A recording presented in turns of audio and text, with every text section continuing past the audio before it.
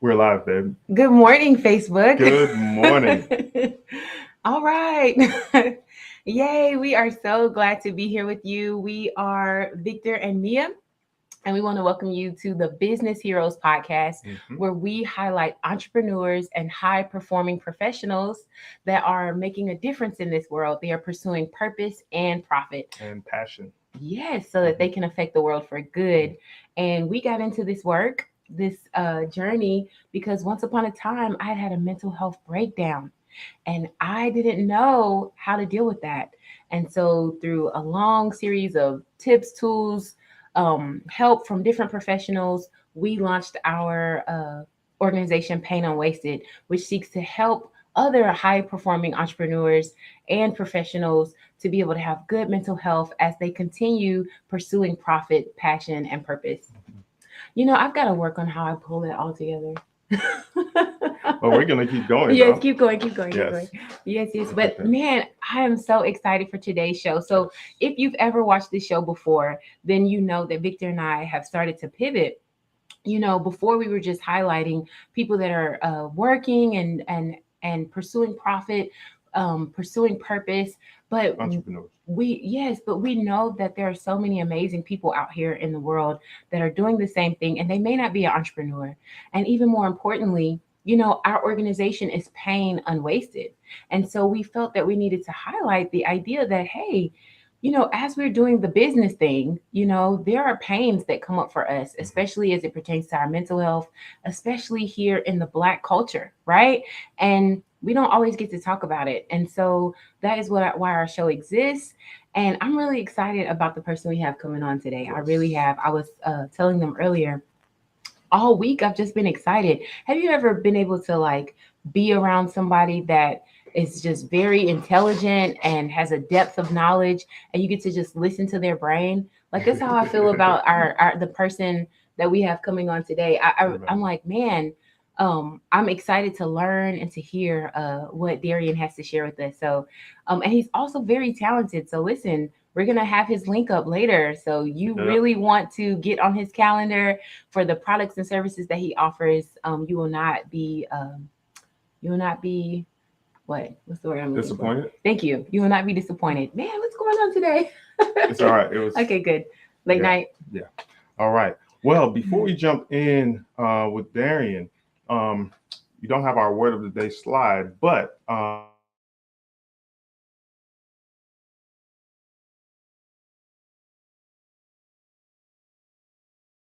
might be, how do you define failure? That's good. And you know, That's good. just breezing over some definitions. Merriam-Webster said some things like failure is, you know, not reaching the intended goal or destination. And I mean, that's probably a broad spectrum answer. Most people would probably agree with that definition. But as we have been on this entrepreneurial journey, we have found that Merriam-Webster, that definition is not broad enough when you think about being an entrepreneur and being, or just not even just an entrepreneur, but somebody that is really working towards something. Failure is part of the process towards success. That's right. You know, it's a must, actually. It is a must, because failures or apparent failures challenge you to become better if you let them.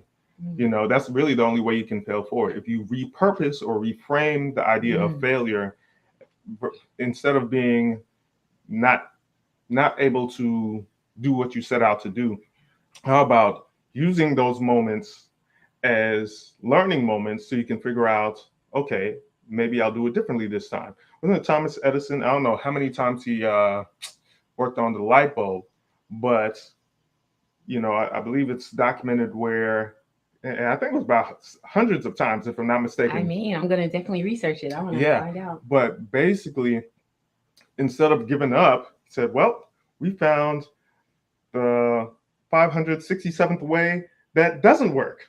Wow, that's commitment. That's commitment, you know. And so obviously, I mean, we've got light bulbs staring us in the face today, you know, and people have built off of his continued journey to finally reaching his goal. What if he didn't keep trying for the hundreds of times that he did. Wow, what if he didn't pursue? Wow, what if he didn't commit? Yeah. Wow, what if he allowed himself to stay discouraged, right? Mhm. Because somebody might think, oh, well, he probably didn't get discouraged. He probably just, kept on going. But how do we know that? you know? Yeah. But wow, that's really powerful. I think we need to just bring Darien in because I'm sure he has some powerful thoughts on this concept.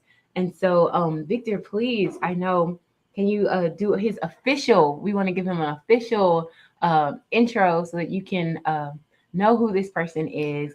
And while Victor's doing that, I just want to say that we have personally benefited from just, first of all, his friendship. Okay.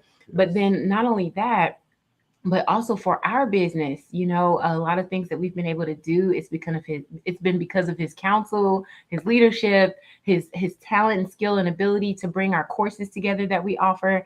And so listen, okay, this is your chance right now. Go run and tell your friends to get on here so that they can find out, especially those who are trying to create something, course creators and all those different people. Just get them on here. Yes, Okay. all things digital marketing. All right. So just real quick, a little bit about Darien. Darien Claxton is a dedicated husband, father, ministry leader, and full-time business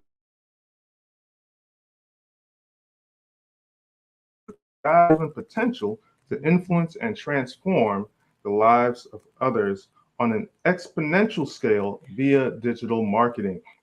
Through his company, ClaxTrack Solutions, Inc., he and his team have helped dozens of pastors, ministry leaders, and entrepreneurs of faith expand their digital influence and create, promote, and launch profitable online online offers.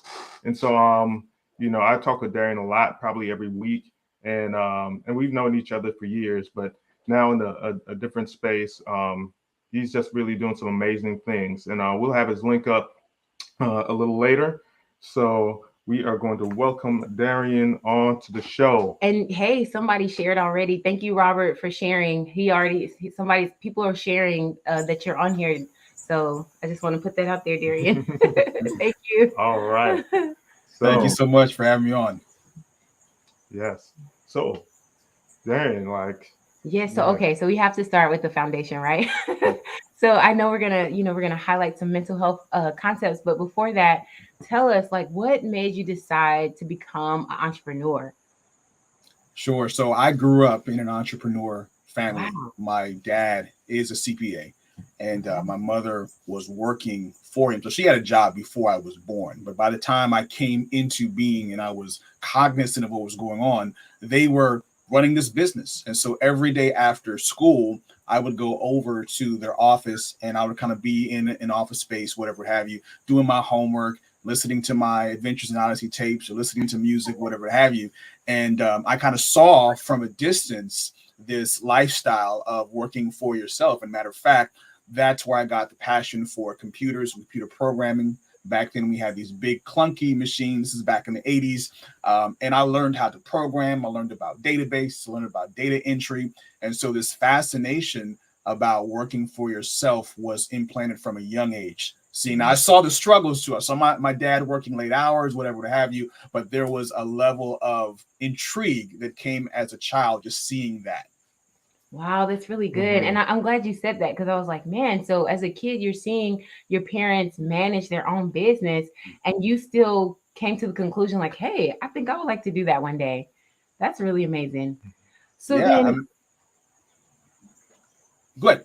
Oh, sorry. So I was going to say, can you just, we've read your bio and things like that, but can you just kind of outline a little bit better for us, like what exactly you do for people, entrepreneurs, companies? Can you talk to us about that? Sure. So actually, I'll backtrack to how I got to that, what I'm doing right now. I went to school for computer science, computer information systems, went to Oakwood. And because of the experience I had, because of what I learned about computers, that was my passion, whatever have you. And I worked in that field for several years. And when my wife and I moved to Tucson, Arizona, I thought I was ready to launch my business full time. So I had in my mind planted, I'm ready to do this thing. You know what I mean? And when I got out there, funds were not what I thought they were going to be. So I thought I had a couple extra checks coming. And so I was like, I need to go ahead and just get a temp job real quick and maybe work that for a few weeks, and I can go ahead and start this business. And I ended up staying at that company for 4.5 years. But the Wow. beauty of that was I really learned what I wanted to do. I had no idea what my business was going to be. I thought I was going to sell stuff on eBay. I was like, whatever it takes, I don't want to be working for somebody anymore. And those 4 years really cemented my ability to create applications. So that's what I was doing at first. I was creating software applications. I was literally traveling the world for this company, selling, or not only selling, but training people on how to use this software I had created, learning management system. And so I had in my mind, now this is what God's telling me, that this is where my business is going to be, creating software, custom software for businesses. And so I had this restlessness working at a place. They're giving me promotions. They give me my own office. We're going to have all these plans for me. And I'm like, I don't want to do this for somebody else. I want to do it for me. And I remember being in Liberia. That's one of the first places I went to train. And I just had this notion. I was like, I'm sitting here making rich people richer. What am I doing for the kingdom? You know, what am I doing where I can control the narrative? I don't have to be subservient to someone else's who I may not be in agreement with their moral or ethical standards. And so I prayed about branching off and starting my business. And God told me, yes, it's coming, but the owner of the company is going to come into your office and talk to you. So basically where I was, every time you come in, you walk past the president's office. So I would walk past, God, I'm ready to talk to him today. I already know what I'm going to say. I'm good to go. He's like, nope, you got to wait. And this is a guy who never comes into my office. He's a nice guy, it's a small company, but he never would come into my office. I'm like, Lord, what's going on? And then eventually the day came. He came in and he sat down. I don't remember why he came in. He came in and he sat down and it opened up this conversation where I said, hey, you know, you are an engineering company. They were an engineering mining company. You are not a software development company. And I really want to do this. I want to hire people to work for me and to kind of have this process. And he just was like, we're just afraid of losing you. How can we keep this going? And so they actually became my first and my biggest client. When I left, I made a lot more money from them and did a way more traveling for them as an entrepreneur than as an employee. So that's what I was doing for the first 7-8 years of full-time entrepreneurship. And then I don't know if you want to get into the next story because I've been talking for a long time. No, that was awesome. Wait, but listen, this is so juicy because what I'm hearing you say is that, wait a minute, that burden or that desire to have your own company was greater than all the perks you were getting. I mean, for a lot of people, I know, okay, I'm just going to be honest. For me, I'm like, wow, you get your own office. You get to travel. You're over there in Liberia. Oh my goodness, it's amazing. You know what I mean? And these are the things that, you know, I would think would be like, oh, there's no reason to leave, you know, but you had that desire, like, no, I want to make sure that what I'm doing is what is aligned with what God says, you know, and I want to have the autonomy, you know, that power to move and to be and to do as I see fit. So that's really, really powerful. Darien, don't lose your point, but I just want to insert this. You know, Mia and I have served as missionaries in, you know, a few different organizations.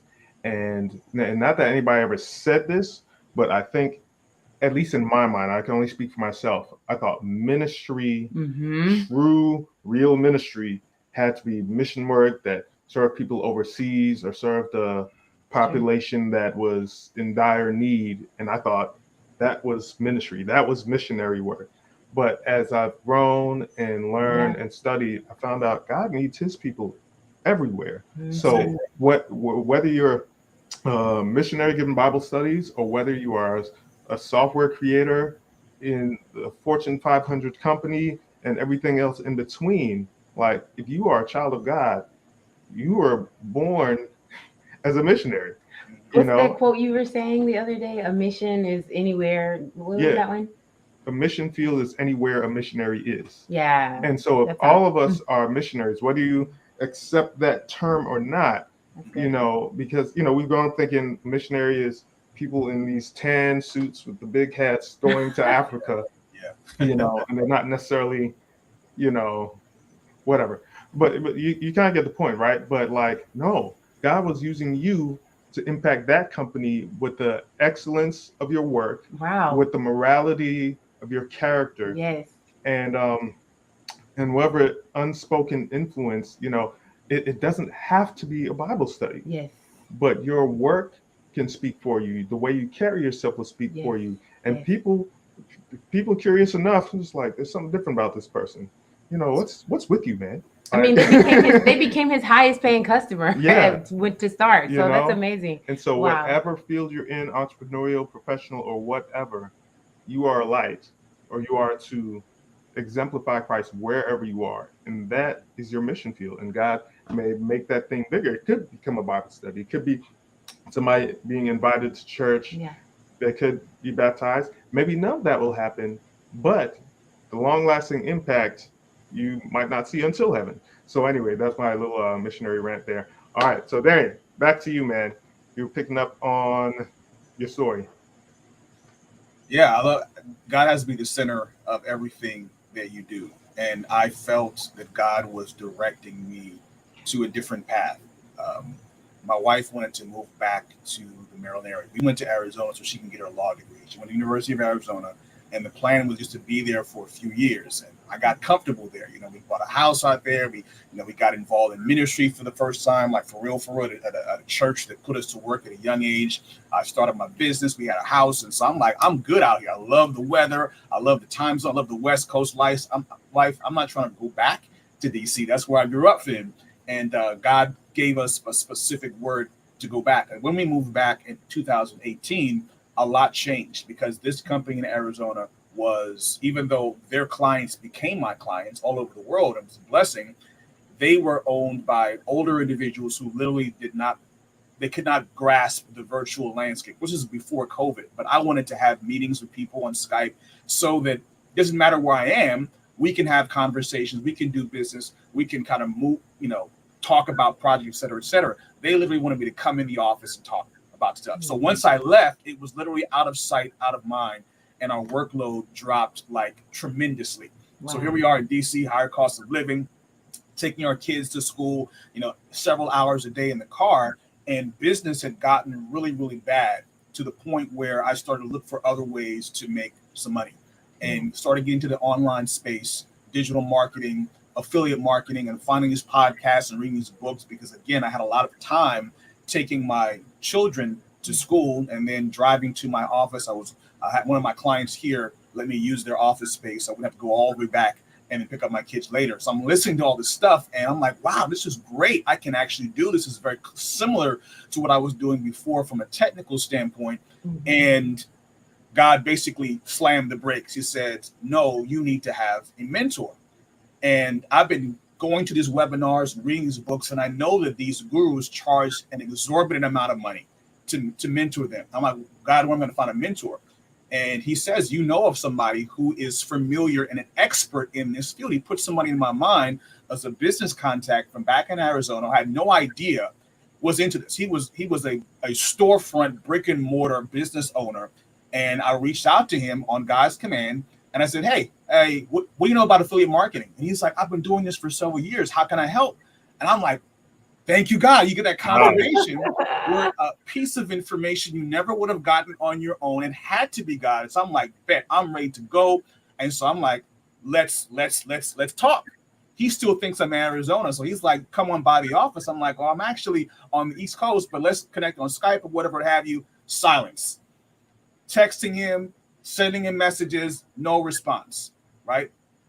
And it actually went on for quite some time. So he did get back to me and said, okay, yeah, let's get a phone call. We can hash some stuff out.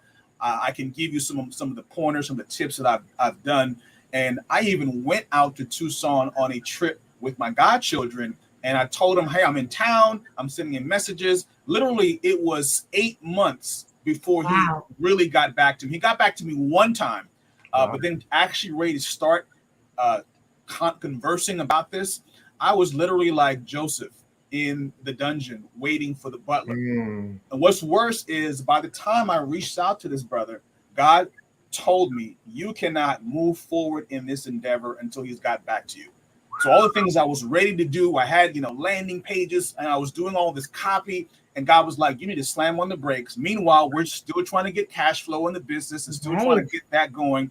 And eventually, the butler remembered me and he got back to me and he gave me so much knowledge. He gave me access to all these courses for a very reasonable price. And I just learned and I got in the game of doing this. And the crazy thing is, again, we're talking about how God directs, and we can't be going off of our own impulses. Ooh. So after going through all these courses, I'm like, okay, all the gurus say you should be working with doctors and dentists and gyms, people who we can get quick turnaround time. So in terms of what I do, or what I was trying to do, what I'm doing now is creating leads, do lead generation, Facebook ads, landing pages, building email lists, getting people in the door for a business, running these ads on social media platforms. And all the gurus said, if you work with these type of companies, they'll have a very fast turnaround time. Don't work with the coaches, don't work with the influencers. That's a lot more difficult road to go on. So I was like, bet, I'm here. Why? Because literally, for example, if you are trying to send traffic, send visitors to a dentist, very short turnaround time. So let's say you have an offer for free teeth cleaning. That's the lowest level of a value ladder. Somebody comes in the door for a free offer, and then you upsell them. So somebody comes in for a free teeth cleaning, and then you've read Russell Brunson Brooks' book. He talks about this, right? And during the teeth cleaning, like, hey, you got some plaque.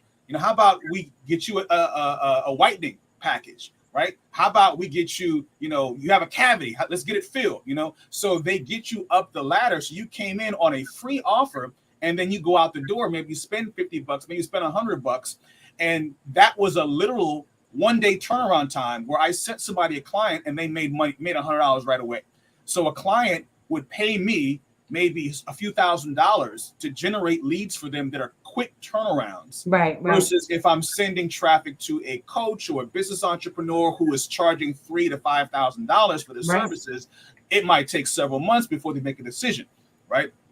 So here am I ready to scout the area and start working with these individuals. And that's when COVID hit. And all of those companies had shut down. And so now I was forced to go in a different direction. Wow. And for those of you that might just be hopping on, we are here on the Business Heroes podcast with Darien Claxton of ClaxTrack Solutions, a digital marketer, helping to promote, organizations, particularly faith-based products and services for pastors, entrepreneurs, and that type of thing. It's amazing. So we're just in the middle of this story here on how, and we're talking on the topic failing forward. So Darren, go ahead and keep taking this, man. But I wanted to ask you though, Darren, if you don't mind, and I know we were going to get into this a little bit later, but I'm hearing a lot of pressure. I'm hearing that, wow, you're going from, being very financially fit, right? It sounds like, and correct me if I'm wrong, to now most of your client base is pretty much gone, right? This is before you're now going into the space you're in. You still got your family, you still have your wife, you're also in this new area that it's not new because you're from Maryland, right? But you're back in a place where you weren't thinking to come back. Like, how were you managing all the stress? Like, what were you doing to be okay? Yeah, it's interesting because when I was working on your course, we're putting that together, you talked about self-care, and you asked a question on what do you do for fun? What do you do to take care of yourself? And even that was like earlier this year, and I had not had some habits, but back then this was a big deal for me because there was nothing I could say I really did for fun outside of watching the NFL. And I had an experience, which I won't talk about now, in 2017, that I ended up giving up the NFL. And so I had nothing that I was doing that was giving me a level of self-care. So here I am drowning in the worst kind of debt in my mind is where you have to pay employees and you don't have money to pay them. Like I have one particular programmer and he was coming in faithfully. He was coming in faithfully doing all this work. And I was so behind because we had contracts that were falling through. We had people who agreed who were going to work with us, who didn't work with us. And I'm like just working towards a point where all this stuff is going to come in. And so I'm owing all this time, all this money to an employee. I'm not able to pay bills, not able to pay the rent for the office space. And so it was a tremendous amount of pressure. And I didn't really have release point. Here I am, a new elder at my church. I'm not even spending time doing what I'm supposed to be doing. I want to be visiting people, praying with people. And here I am working late hours in the office, not sure when I'm going to get paid, if I'm going to get paid, and not having a real release point. So there was definitely a lot of pressure, did not have a therapist at the time. Yes. So where am I going to be outlooking? And a lot of people believe that you can just give it to God in prayer. And I believe in the power of prayer. Definitely. I believe what a friend we have in Jesus, all our griefs and sins to bear. But at the end of the day, I was praying, but I didn't really have that outlet. And so I was shouldering this mental burden for quite some time. And it was detrimental to my health, to a lot of areas of my life. Absolutely. And it makes sense. And we are not alone, right? For those of us who are watching, this really resonates with you, you know, and if you're watching now and this resonates with you, you can feel where Darien is coming from, you know, go ahead and put a thumbs up or something. And I'm putting my thumbs up, 2 thumbs up, because this is real. Because at the same time, you've got kids, you know, and the kids are like, hi, you know, you're like, just you know, if you can. I mean, I'm talking for myself, you know what I mean? Like you wanna have the joy and the peace and stuff like that. But it's like, man, how do I manage all of this? And one of the big things for us is that, you know, this is going to sound controversial, so you guys don't stone me. Good thing we're virtual, right? But sometimes you're looking for your faith to be a relief, but it may not. It may be just another source of pressure, right? Especially if you don't see God in a healthy way, you know. And I'm not saying that you felt that way, Darien, but there are some of us who, you know, the way we see God is adding to that burden of pressure. You know, we don't see God working for us to take it away. We see to help us to manage it. We see, well, this is what you're supposed to be doing. I told you to do this. You haven't done it already. You know, that parental voice that may be toxic, you know what I mean, in our minds. And so I really am grateful for you for just sharing, you know, and this is real, you know, it's not all glory. There's guts, right? to the journey that we're on. So self-care is amazing. So I want you to come back to that, but you're headed somewhere. So what was the turnaround? So here I am again in a place where I had this idea that I was going to be doing digital marketing for these businesses, these local businesses. I guess you can call them secular companies. And God had used COVID to take that out of the equation. Matter of fact, I had gotten into so much despair, I was actually fielding job interviews. Right, I had 10 years working for myself, and things were so bad. And God had told me not to go that route. He told me specifically. I'm not going to say that entrepreneurship is for full time. I believe everybody should be an entrepreneur. I believe this is biblical. Everybody in the Bible was an entrepreneur. You know, Paul was a tent maker. The disciples were fishermen. You had Matthew, tax collector. Like this is what God has called us to do. I'm not saying full-time entrepreneurship is for everybody, but God has specifically told me, no, I have something specific for you. And I had actually fielded some interviews and gone down a path where I was knocked down every step of the way. I'm like bullying through closed doors that God's put in front of me because of my fear, because of my mental anxiety. And even that also fell through because of COVID, because this company was going to hire me to do some programming work, and COVID kind of reset things in my mind. And so one of my greatest success stories as a business in this particular business was working with a ministry leader who I'd met in Tucson, Arizona. He does Sabbath school coaching. He's somebody that his name is Curtis Hall, and I had brought him out to my church in Arizona, and he had done a on-site training for people who are trying to facilitate these Bible studies. For those who are not familiar with Sabbath school, Bible study sessions every week. And we had connected. And when COVID hit, he reached out to me and said, hey, I would love for you to have you come on and do a virtual Sabbath school panel every week. We don't know how long it's going to last.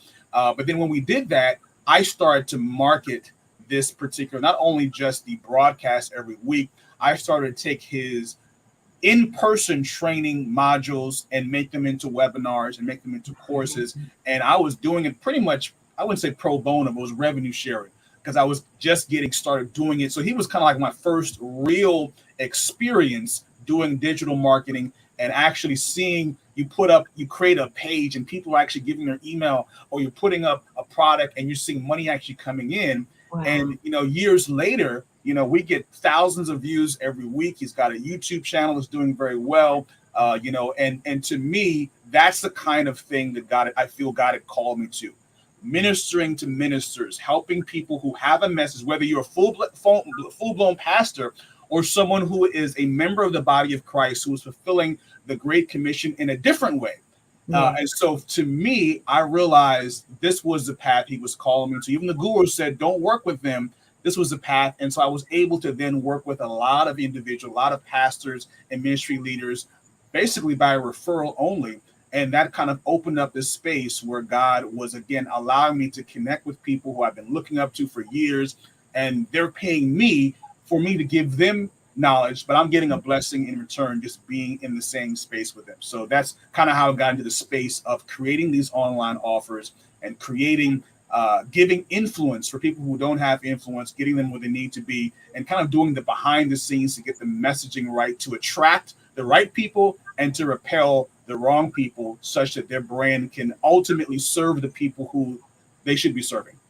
Wow, that sounds like one of our mentors. It makes me think about, he's a coach of ours, and he says, when you bless people, I'm getting the blessing too. That's it. Right? Because everybody that you will be able to reach, I kind of had a part in that. And I really love that, and that's what I'm hearing as you speak, as those people that you're serving are able to serve and reach more people. Part of that is your victory as well.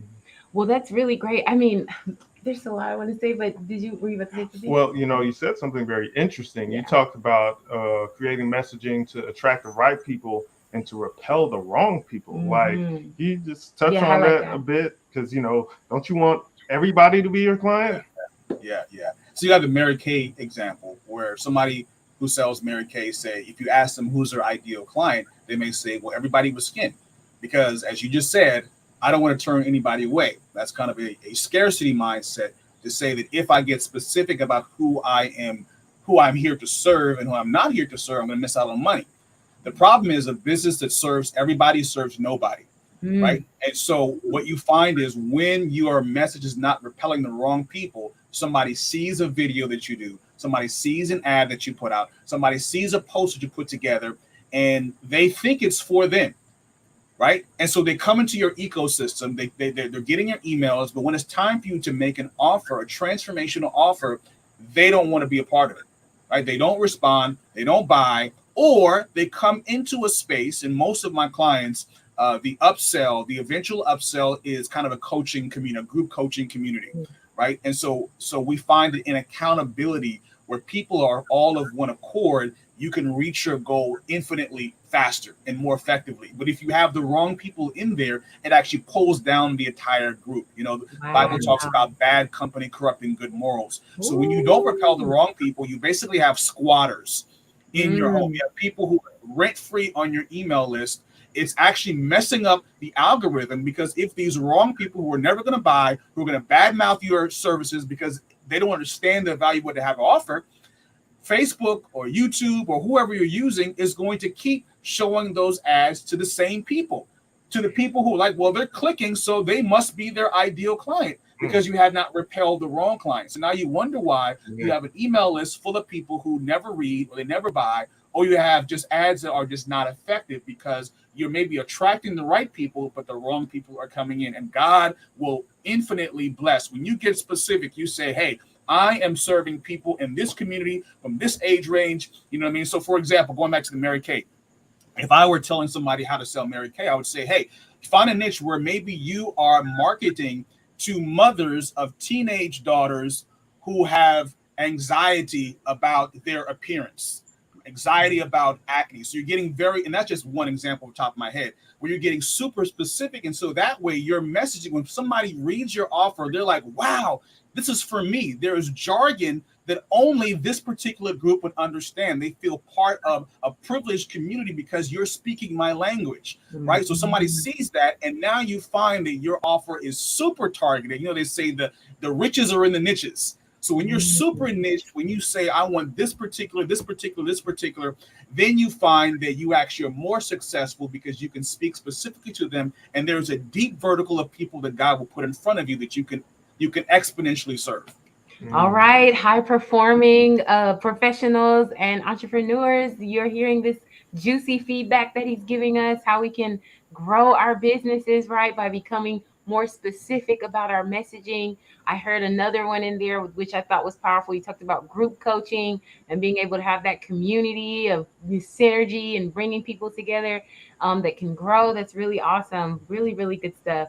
So I know that we're heading into the end of our show, but before that, I wanted to ask you, like, so you talked about self-care, right? Like, can you talk to us now, like, now that you know, like, what would you say to high performing professionals and entrepreneurs about self-care? Like, what have you found to work for you in the lifestyle that you have, especially since you say you don't do NFL anymore?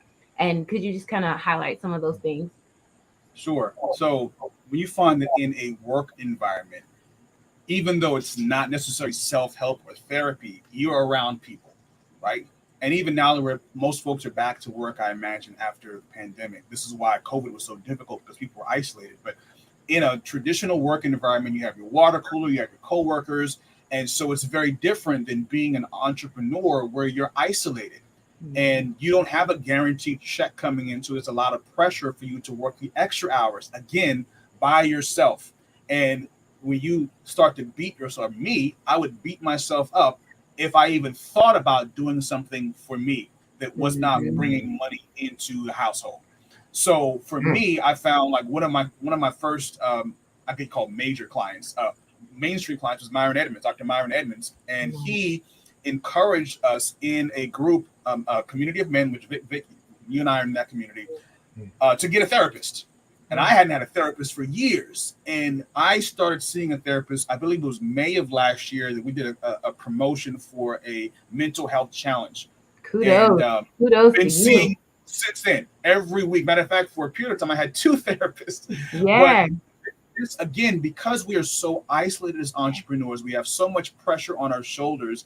There need to be people in your life that you can honestly bridge the gap between what's going on in your mind and what should be outside of yourself. Like, we're keeping all this stuff inside, and I don't want to dump on my spouse everything that I'm struggling. I don't dump on my kids. I have prayer partners like me and Vic. We pray together, and that's very helpful. But I found having a professional made a big difference. That encouraged me to take walks every day. Right? So 30-minute walks, and just me and God talking, or maybe I'm praying with my prayer partner, but getting outside, getting the blood flowing. Because another problem with entrepreneurship, we are sitting down. We're sedentary for very long periods of time. I know 9 to 5 are the same way too, but maybe they're get up and they're taking a water break or whatever have you. Literally, because we feel like we need to be attached to this chair to get the bag, we are going hours and hours and doing physical damage to our bodies and avoiding the opportunity for mental relief and self-care by getting outside and doing something. You know what I mean? So for me, I found that there was a transformational impact on my life when I started seeing a therapist, where I started getting some daily habits, even taking a nap. So I started scheduling naps right throughout the week. Again, things that we normally don't want to do. We say, I'll sleep when I die. That is a dangerous principle. You're gonna die sooner. Yeah. So I would just encourage you, if you're watching this, put some things on your calendar for you. For me, it was napping, it was taking some walks, it was having conversations with the people, it was getting a therapist. But whatever it takes for you to not just be glued to getting the bag and actually taking care of you, there is a phenomenal impact on doing that. Let me interject. This is so powerful. Okay, I don't know. I bet some people, when they heard you say, "What do you mean you scheduled naps?" They probably like, "Whoa," because for some people, once again, just the culture, right? As a person of color, right? Or you're not allowed to take a nap. What do you mean? Or depending on your culture, for some people that may come from the Caribbean or the deep South, like myself, it's like, take a nap. No way.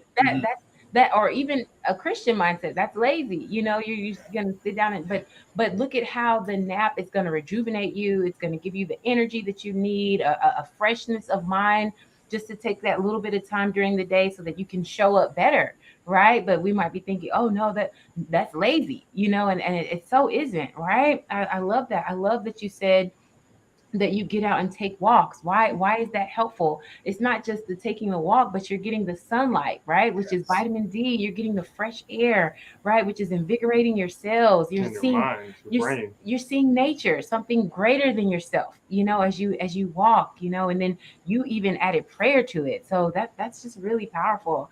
I'm so glad. And these are tips, by the way, that he's throwing out there, things that you can do for yourself.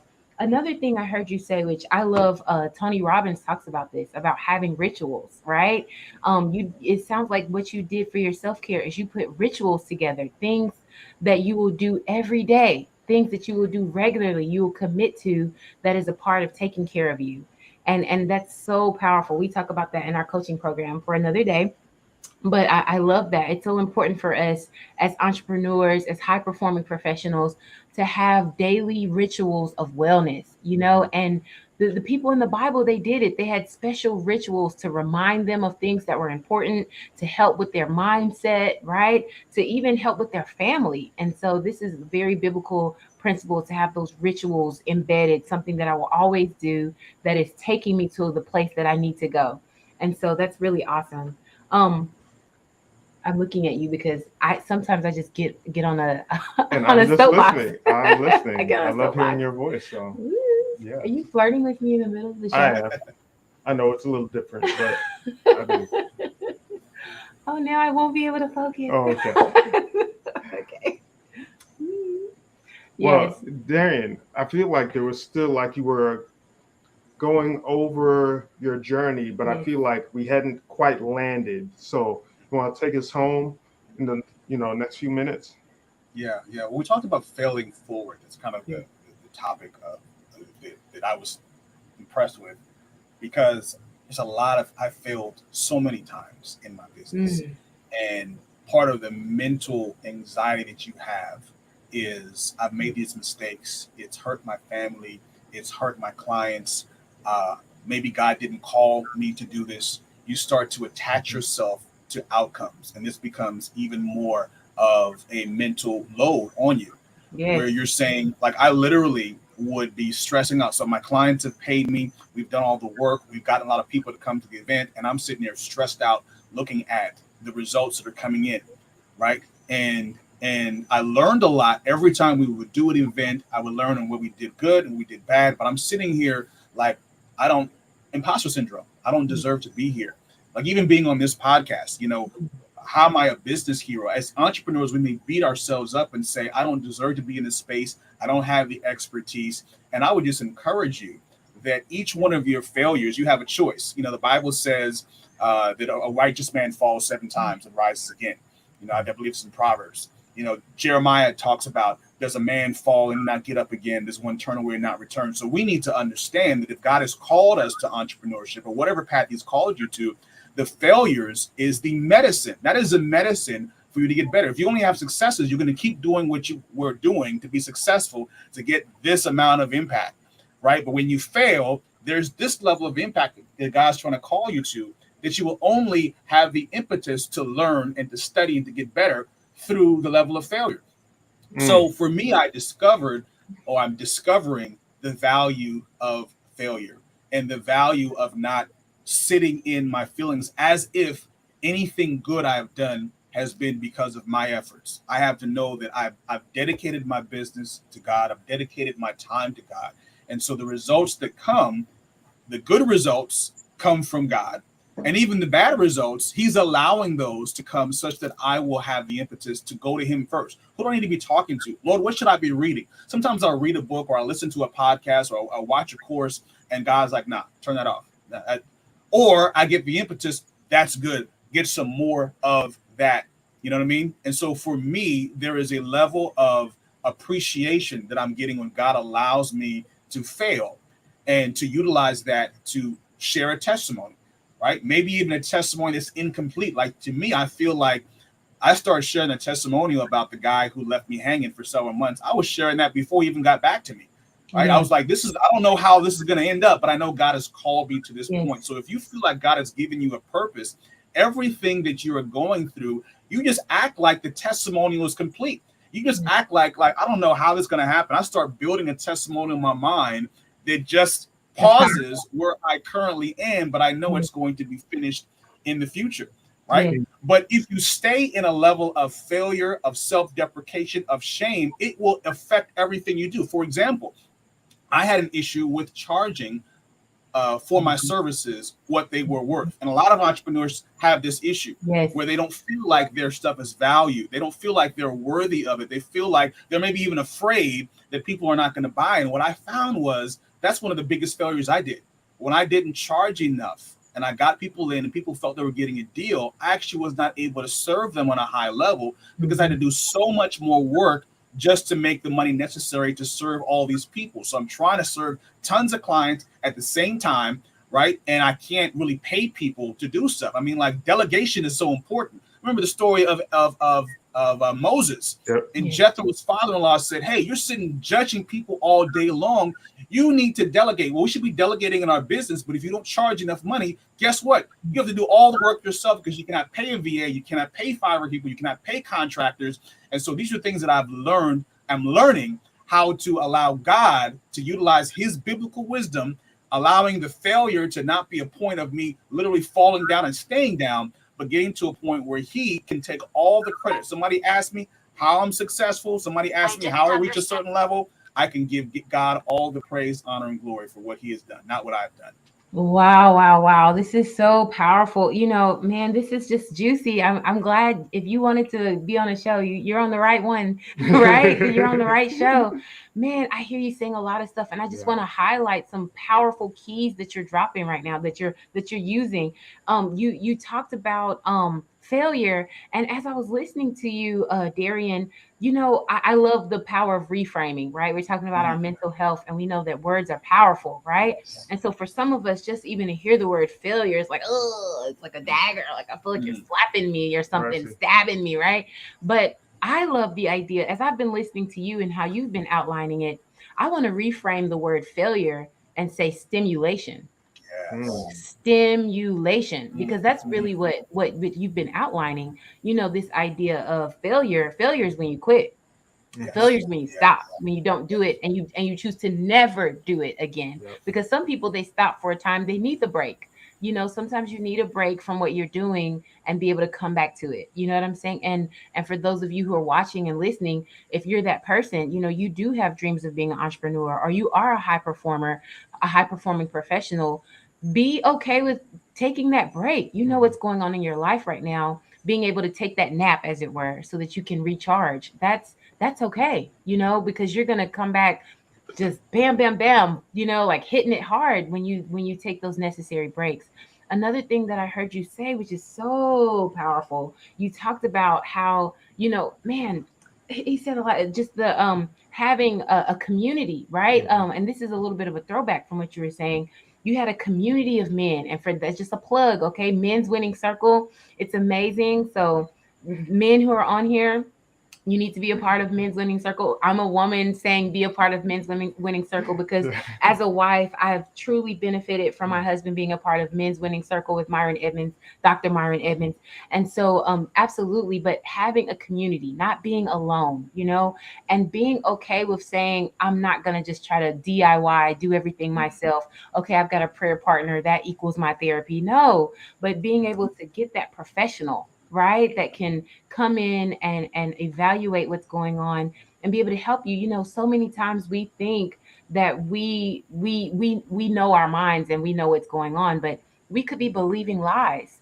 Lies believe break the circle of love and trust, right? And we may not even realize it, but having that professional come in and be able to say, well, you know, is that true? You know, and to question some of the thoughts and things that you may have, it's just so very helpful. And so, yes. And I was also thinking about, you mentioned, maybe you didn't quite put it this way, but what I heard was the power of choice. Yes. The power of choosing to get back up after a setback. I heard, I forgot his first name. His last name is Jolie. But he had a quote that my dad used to say years ago.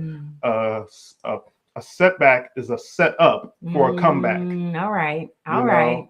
And even beyond that, I mean, just in the past 24 hours, I've gotten so much on decision making between a message by Tony Robbins and then my own Bible study yesterday.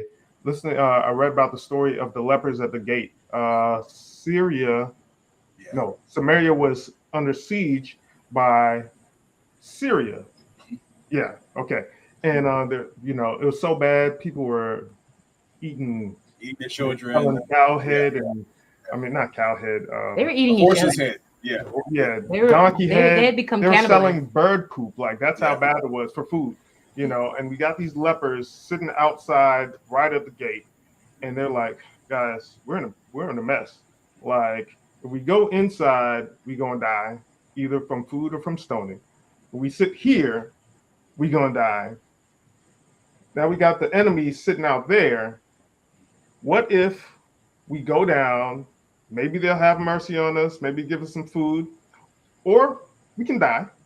But right now, our chances are better going that way than sitting here or going back.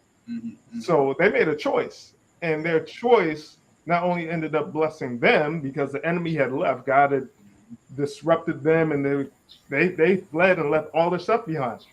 And as they're picking out on leg of lamb or whatever was available, they're like, guys, we can't just sit here ourselves. We got to go back and tell everybody what's going on. And so their whole nation was saved because they made the choice to take the risk, and blessings came from it. And so making the choice to not let an apparent setback or failure to be just that, but to use that as a turnaround that can be a blessing not only to yourself but also to others. I mean, it's And major to be able to make decisions. and Darien, that's why you're a business hero. That's why you're a business hero, because you've made the choice to continually be stimulated, right? To go through that stimulation process, that failure process, so that you can not only be the man that you want to be for your family, for yourself, for God, but you're also sharing it with others. You could have easily kept your stimulation or your failure points to yourself, but you were willing to come on the show and to share so that other people can be benefited, so that other people can feast, right? And not have to have the famine, and or if not have to have it as long. And the last thing, because we want to give you the last word, but I want to highlight a beautiful thing that you shared. You shared the power of imagination. You said you started to say, hey, I know I'm in this part of my testimony. I haven't even heard back from this guy. It's been this many months, but you imagine a time when you would hear back from him, right?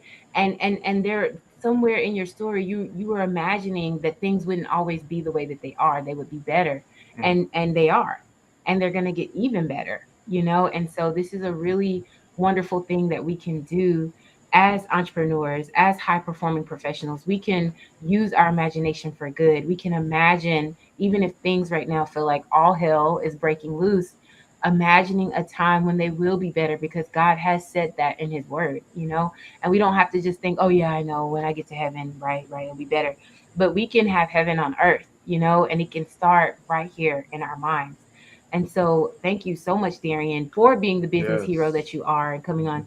And we know there's so much more that he could have said. So much more. Listen, we need to highlight him before he gets the last Yes. word. We need to highlight how people can get a hold of him, because you've been listening, right? And if you may not need his services, but you may know someone who does. And so you can see that he's a person who understands the struggle, and he can help you, and it's going to be worth your investment, right? To be a part of what he's doing. So what is that, Victor? Yes. And so this link is in the description, both on Facebook and in YouTube, bit.ly/DC Knows Digital. Nice. DC is for Darien Claxton, obviously. But yeah, just click on that, plug in your email address, and it'll take you to his page of services. And I mean, he's got a lot from, and I'll probably let you talk about it. But I mean, whether it's course creation, webinars, Facebook ads. I'm gonna stop. You can go ahead and share probably more of what all you cover, or people can just go to the link, whatever you want to do. Yes. Tell us. Sure. One of the things that I've learned is the value of audience building. So when you work with some of these high profile folks, you say, well, they already have a big audience. And so we can just start running ads and creating courses and creating offers for them. And when I work with people who did not have that, we start to build an audience from scratch. And then I realized that everybody needs to build an audience, because a lot of people you have tons of followers on Facebook or Instagram, YouTubers, but they are not people who are converting. There are freeples and cheaples, as one of our mentors will always say, people who are looking for free stuff, right? And so the audience building is one of the things that we offer, where we start to craft some videos and some content that you are providing value that, again, attracts the right people who not only see the pain and the problem that you are resolving, but also repels the wrong people, right? And shows that you have a solution, right? Their problem is this big and your solution is this small, they're more likely to buy. But we're not selling them anything yet. We're building an audience of people who are interested in what you have to say. You're describing the problem and the pain better than they can, so they believe you have a solution. And now you have, over time, now when you're ready to launch an offer, you have a pool of people who are, this is not cold traffic. These aren't people who never heard of you, people who are familiar with you. They've been consuming, they've been watching your videos, and now they have gotten the necessary top 5 to 7 touch points before somebody trusts you to buy. The audience builder allows you to create some influence, create some authority, and actually get some of the kinks out of your messaging without it costing you, you doing it at the wrong time, where actually cost you people who are going to buy. These people are just consuming your content, and they want to see what you have to know. So when your face pops up on their feed, like, oh, I like what she has to offer. I know that she's got some good stuff. Oh, I've heard him speak before, and he speaks to my problem. He's preaching to me. And so that's one of the things that we offer, is audience building, creating lead magnets, things that are free for your viewer, so you can create an authority space. And then we actually can create some offers, coaching programs, webinars, 5-day challenges, 3-day challenges, things of that nature. But definitely on that page, there is a link to actually schedule a call with me. So it's not that you have to buy something. We can actually have a conversation and kind of go from there on what we can do for you. Good. Great. Yes, have Great, that great, conversation. Have that conversation. Well, thank you so much for your time. Thank you for coming on here. Thank you for sharing your expertise and the journey that you're on. Many blessings to you and your family. And Same to you guys. and thank you for the rest of you business heroes that have been watching this show today. You've been getting some good juicy nuggets. We hope that we'll have you next week, where we have another business hero that we'll be highlighting. And hey, maybe you need to be on our show. We want you to contact us and let us know, so that we can get you on here and talk about what you're doing to impact the world for good as an entrepreneur or as a high performing professional. Okay. And so, is there anything else we need to tell people, Victor? Well, you just said contact us. Yes. So, you can use our web link here, panwasted.org/contact, and just let us know what you're thinking, whether you want to contact us about being on the show, or if you are interested in having me speak somewhere, or if you're interested in, just any of the things that you see on our page. You can use that link to contact us. Absolutely. And we'd love to help you. If you need help doing some reframing in your business, in the spot that you are in your business, in your life, we can help you with that. Okay. Mm-hmm. We can help you with the reframing. We can help you learn how to repurpose your imagination for good. We can help you set up those helpful rituals that will get you the success that you want. And so definitely reach out to us and let's talk. Yeah. And if this episode has been valuable to you in any way, please like, share, and subscribe through our YouTube link. Our YouTube channel is Pain Unwasted on YouTube. All right. So with that said, we hope that you all have an amazing week. Yes. And we look forward to seeing you next week at the next Business Heroes podcast. Yes. God bless.